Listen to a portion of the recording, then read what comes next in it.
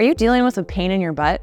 If so, you might be experiencing piriformis syndrome, also known as deep gluteal pain syndrome. I'm Elisa James, this is Dwayne Kyoto, and today we're going to give you a few things that you can start with at home to get rid of that pain in your butt.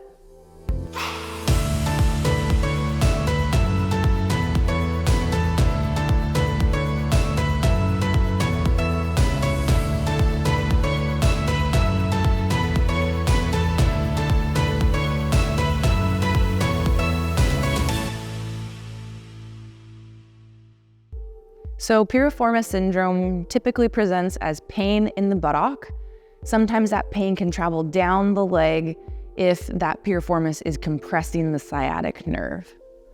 Now, piriformis syndrome can occur from direct trauma to the area, overuse of those hip external rotators, hypertrophy of those muscles, or shortening of those muscles. Typically, the pain is going to increase with sitting, putting pressure on that area, or crossing your legs, just going to increase the tension going through those muscles. Can also increase with activities that involve forward bending. And you may also feel an increase in pain when you're walking as you're going to load the affected leg. So as you're putting weight through that affected leg. As we head into exercises for piriformis syndrome, we really want to make sure that they aren't increasing your pain in the buttock or the pain going down the leg. So if you're experiencing an increase in pain while you're doing these exercises, that's time to go ahead and stop.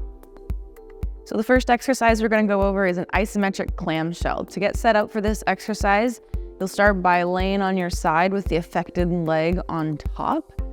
Then you're going to put a towel roll or a pillow in between the knees. Oftentimes laying on your side with the affected leg kind of dropping down without that towel roll can actually be irritating on the hip. So by putting that towel roll or pillow between the knees, that should be a more comfortable position for you.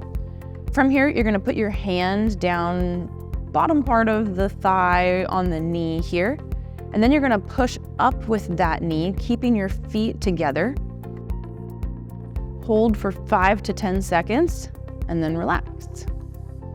We'll do about 10 repetitions of those, 2 to 3 times a day as pain allows.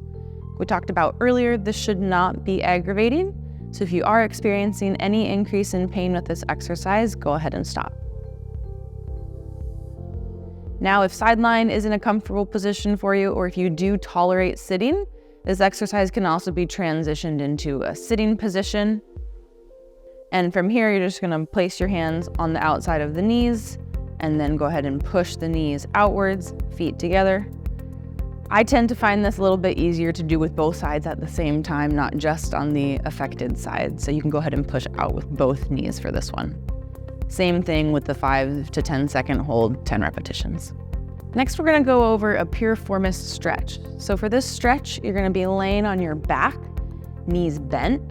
You're going to bring the ankle of the affected leg up and over the knee of the unaffected leg. And then from here, you can vary the intensity of the stretch depending on where this ankle is. So right now, Dwayne's heel is pretty far away. He might feel a little bit of a stretch. If he doesn't feel a stretch, he can move his heel up closer towards his butt, and that's going to make the stretch a little bit more intense. You're looking to feel the stretch in the back of the hip of the leg that is bent and crossed up and over. We really want to make sure that this is only a stretch, really low intensity, very light. We don't want this to be increasing any sharp, familiar pain. Definitely don't want it to be increasing any pain traveling down the leg. If it is, go ahead and decrease the intensity of the stretch by bringing the heel farther away. Now, if your heel is pretty close up towards your butt and you still don't feel much of a stretch, you can kind of progress it to the next phase by pulling your knee up towards the stretch. This is going to be a much more aggressive stretch, so don't be worried if you can't get there. That's totally okay. Just go with where you're at and what feels comfortable.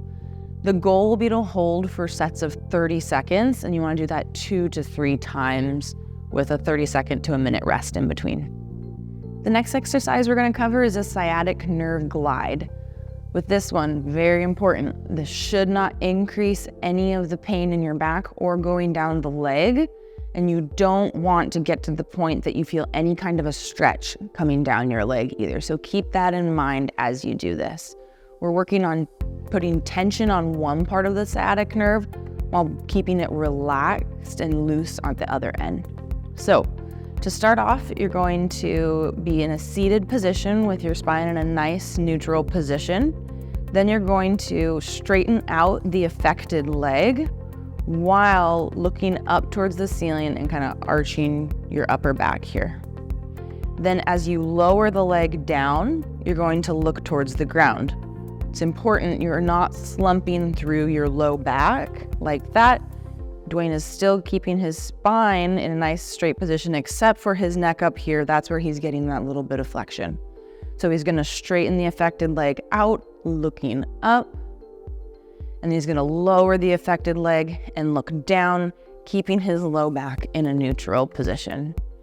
So same thing, we'll do 10 repetitions 2 times a day, making sure that you're not getting any increase in symptoms while you do this. If you are, it's time to stop the exercise. The next exercise we're gonna go over is a bridge with a band.